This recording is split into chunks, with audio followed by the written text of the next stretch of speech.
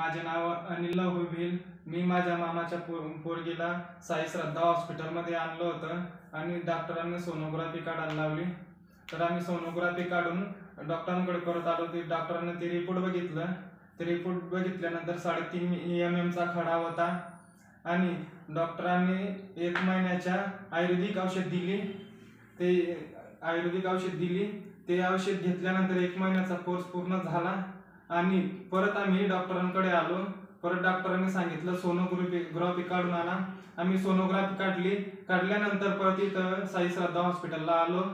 आल्यानंतर डॉक्टरांनी बघितलं, रिपोर्ट बघितल्यानंतर डॉक्टरांनी सांगितलं तर हा 3.5 mm चा खडा होता, तो पूर्ण क्लीन झाला आहे।